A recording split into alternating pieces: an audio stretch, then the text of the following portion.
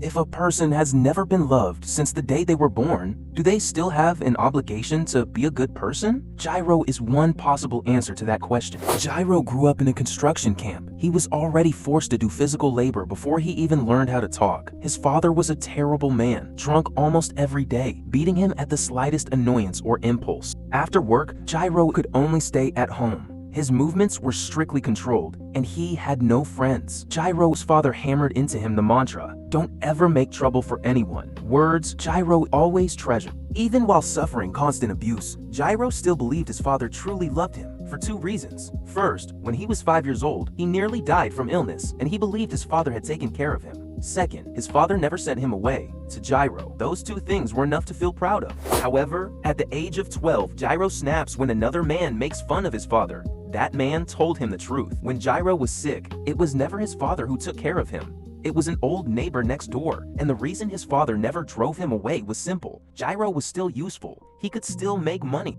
His father had openly said that he didn't care whether Gyro lived or died. Gyro attacked the man and was beaten badly. At that moment, his father walked past them, looked away, and kept walking. Gyro then understood that his life is insignificant to the universe as a whole. He was no one. His mind broke. He went home and killed his father, took all the money, and left the camp. From that moment on, Gyro came to a conclusion. Humanity itself was rotten, and if the world was built on evil, then he would become part of that evil. Later, he created the drug D-squared. The purpose of this drug was to spread evil and ruin the lives of others. 9 years later, he founded NGL. Another 9 years later, NGL had grown into an entire nation. Then he is killed and eaten after the Chimera ants invade NGL and reborn as a fellow ant. But even after becoming a Chimera ant, he immediately accepted his new form. He retained all of his human memories, along with his overwhelming will and hatred. He was the only ant who was not controlled by the queen. His hatred toward humanity remained unchanged. Now,